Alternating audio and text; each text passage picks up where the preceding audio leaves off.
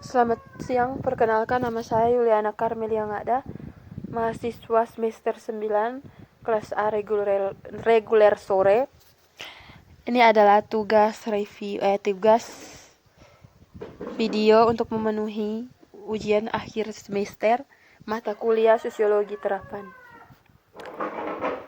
Perilaku masyarakat sangat ditentukan oleh latar belakang sosial, budaya, dan religi. Dengan melihat latar belakang masyarakat Indonesia yang penuh dengan kegiatan sosial, budaya, keagamaan, ditambah dengan kepentingan ekonomi bagi masyarakat menengah ke bawah, maka pola penanganan COVID-19 yang berupa PSBB, WFH, social distancing akan mengalami kesulitan dalam pelaksanaannya. Terlebih tak lama lagi akan datang bulan puasa dan lebaran, sehingga kegiatan keagamaan Islam dan gelombang mudik tentu tidak akan mudah dibendung. Oleh sebab itu, secara sosiologis dan antropologis, pola penanganan wabah yang dilakukan selama ini tidak akan bisa membuahkan hasil yang optimal. Seperti diketahui, pasien yang dinyatakan meninggal dunia karena COVID-19, pemakamannya tak dapat dihadiri oleh pihak keluarga. Poin inilah yang paling menjadi sorotan. Muldoko harus segera membongkar mafia rumah sakit yang memanfaatkan pandemi COVID-19 untuk meraih keuntungan. Dengan cara mengcovidkan orang sakit yang sesungguhnya tidak terkena COVID, angka yang tidak kecil ini membuat mafia rumah sakit bergerak untuk merampok anggaran tersebut. Tak heran banyak di medsos yang beredar kabar viral ada masyarakat yang diminta menandatangani bahwa anggota keluarganya kena COVID-19 dan diberi sejumlah uang oleh pihak rumah sakit. Padahal sesungguhnya keluarganya terkena penyakit lain. Selain itu, ada orang yang diperkirakan COVID-19 terus meninggal padahal hasil tes belum keluar. Setelah hasil tesnya keluar, ternyata negatif. Di sini saya akan menjelaskan penyelesaiannya menggunakan analisis Rosipy. Teori Rosipy terdiri dari 7 kategori, yaitu rule atau peraturan, opportunity atau kesempatan, capacity atau kemampuan, communication atau komunikasi, interest, yang kelima interest atau kepentingan, proses atau proses, ideologi, dan ideologi. Penjelasannya, yang pertama, rule atau peraturan. Peraturan dalam Undang-Undang tentang COVID-19. Yang pertama, pasal 27 dalam Perpu nomor 1 tahun 2020 tentang kebijakan keuangan negara dan stabilitas sistem keuangan untuk penanganan pandemi coronavirus 2019 merupakan bentuk dari imunitas absolut penguasa. Yang kedua, Peraturan Pemerintah Nomor 21 Tahun 2020 tentang pembatasan sosial berskala besar dalam rangka percepatan penanganan coronavirus.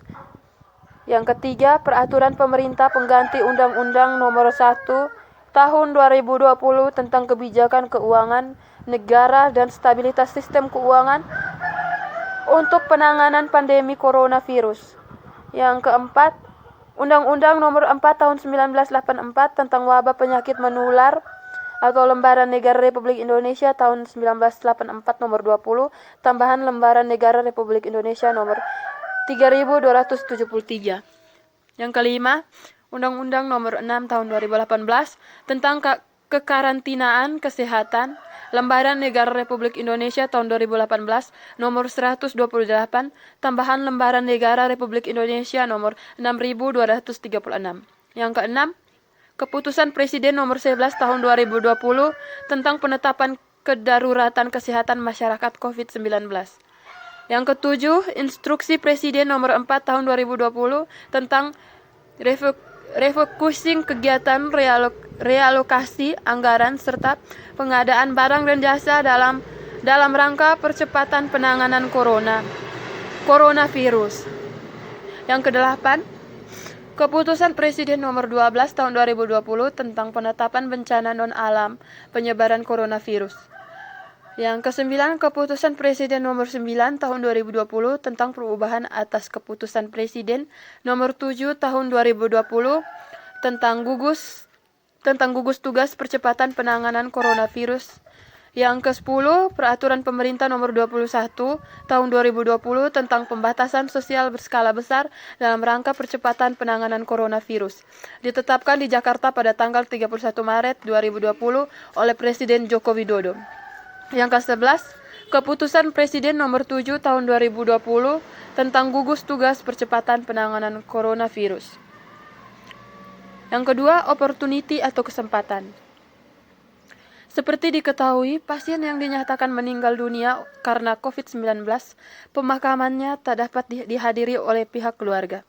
Poin inilah yang paling menjadi sorotan. Muldoko harus segera membongkar mafia rumah sakit yang memanfaatkan pandemi COVID-19 untuk meraih keuntungan dengan cara meng-COVID-kan orang sakit yang sesungguhnya tidak terkena COVID.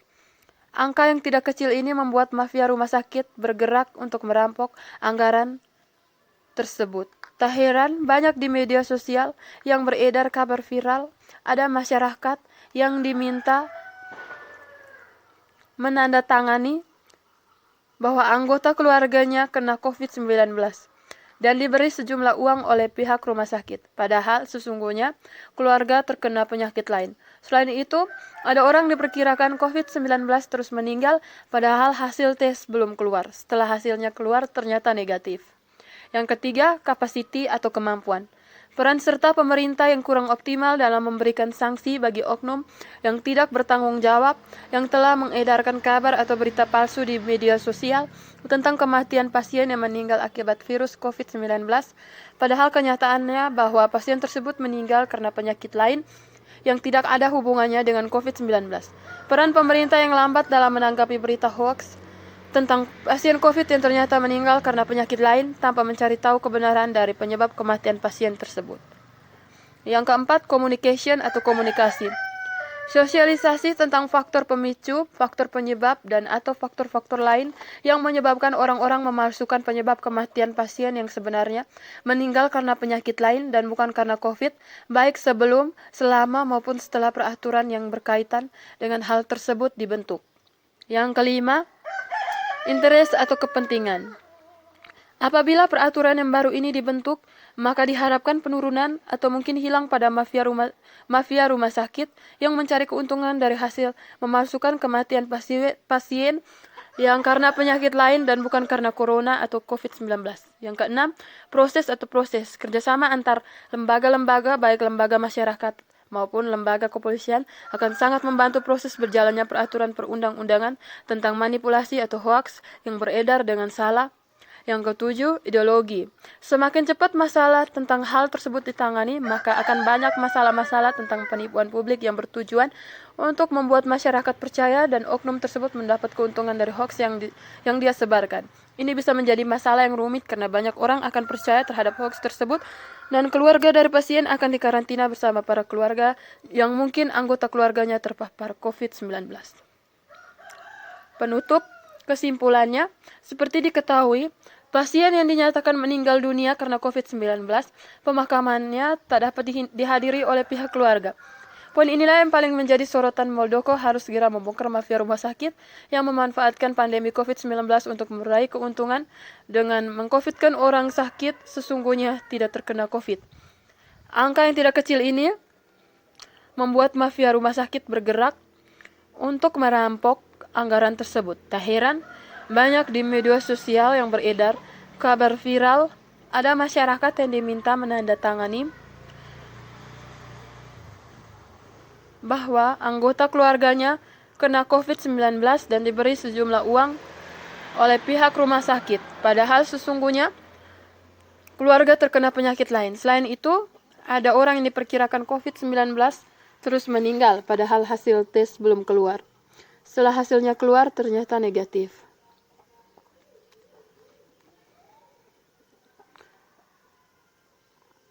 Tak heran banyak media sosial yang beredar kabar viral perilaku masyarakat sangat ditentukan oleh latar belakang sosial, budaya, dan religi.